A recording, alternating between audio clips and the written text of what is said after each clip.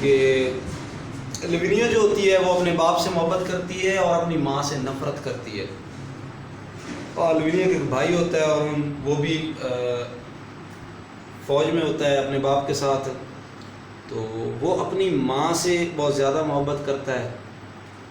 تو اس سے بھی جو ہے وہ ہمیں ڈرامے میں بہت ساری کمپلیکسٹیز نظر آ رہی ہوتی ہیں. بڑا پیچیدہ معاملہ ہوتا ہے کہ اس طرح کا اس جو ہے وہ اس کا اپنی ماں سے محبت کرنا. تو یہ ایک ٹریجڈی ہے, ایک المیہ ہے کہ وہ کس طرح سے جو ہے اپنی ماں سے محبت کر رہا ہوتا ہے. اور وہ اگر ہم اس کی ڈرامہ دیکھیں, مطلب جو مووی بنی ہوئی ہے وہ دیکھیں, تو ہمیں وہاں پہ بھی لگ رہا ہوتا ہے کہ یہ جو ہے وہ اچھی بات نہیں ہے. تو لیونیا کیوں اپنی ماں سے نفرت کرتی ہے؟ تو جب گھر میں بریگیڈیئر واپس آ رہا ہوتا ہے تو لیونیا جو ہے یہ اپنی ماں کو اپنے جو ہے وہ ایک بریگیڈیئر کے کزن کے ساتھ اس کا افیئر ہوتا ہے تو وہ اپنی آنکھوں سے دیکھ لیتی ہے, جس کا نام ڈیوڈ ہوتا ہے. تو اس وجہ سے لیونیا جو ہے یہ اپنی ماں سے نفرت کرتی ہے اور اپنے باپ سے بہت زیادہ محبت کرتی ہے. بلکہ یہ بھی کہہ دیتی ہے کہ مجھے اپنے باپ کی جو ہے وہ بیوی ہونا چاہیے تھا, یعنی یہ اپنی ماں کی جگہ لینا چاہتی ہے. تو یہ ہمارا جو ہے وہ پہلا پارٹ ہے ڈرامے کا, دا ہوم کمنگ. دوسرا ہے دا ہانٹیڈ. تو وہ کیسے اور لیونیا جو ہے وہ جا کے ڈیوڈ کو کل کرتے ہیں, مارتے ہیں اسے, اور اس کے بعد جو ہے وہ ان کی ماں جو ہے وہ خود آ کے اپنے آپ کو شوٹ کر دیتی ہے. تیسرا جو ہے وہ بھوتوں کا بسیرا.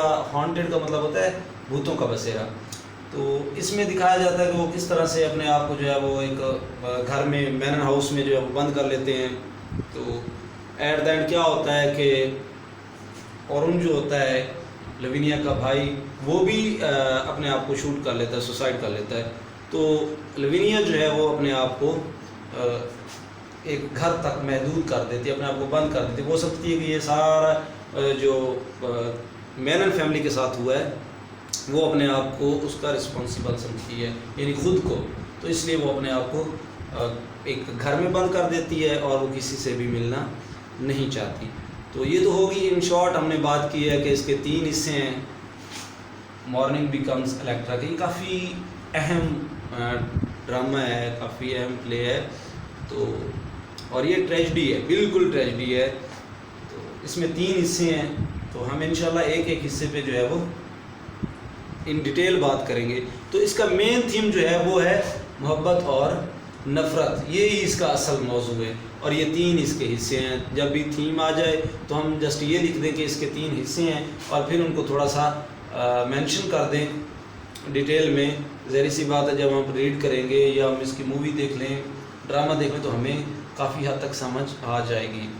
تو مین جو تھیم ہے ہمیں وہ سمجھ آنا چاہیے, تو وہ محبت اور نفرت ہے. اور یہ پورا جو ڈرامہ ہے یہ ایک مینن فیملی کے ہی جو ہے وہ گرد گھوم رہا ہے.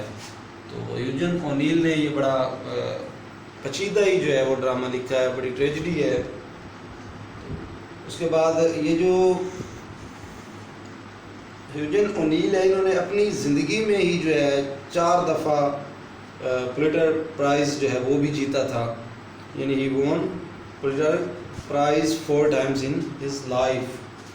تو اور یہ وہ پلے رائٹ ہے, he is only playwright of America to win Nobel Prize in Literature, یعنی اس نے لٹریچر میں بھی جو ہے وہ نوبل پرائز ون کیا ہوا ہے. تو اگر اس کی ہم بات کریں اس کی پیدائش کی, تو تھوڑا سا میں بتا دیتا ہوں. یہ غالباً 1888 میں میرے خیال میں پیدا ہوا تھا نیو یارک میں. 16 اکتوبر اس کی برتھ ڈیٹ جو ہے, اور اس کے بعد یہ اس کی وفات ہوئی تھی 1953 میں. 1953 میں یہ ایک ہوٹل جو ہے اس میں ان کی ڈیتھ ہوئی تھی بوسٹن میں.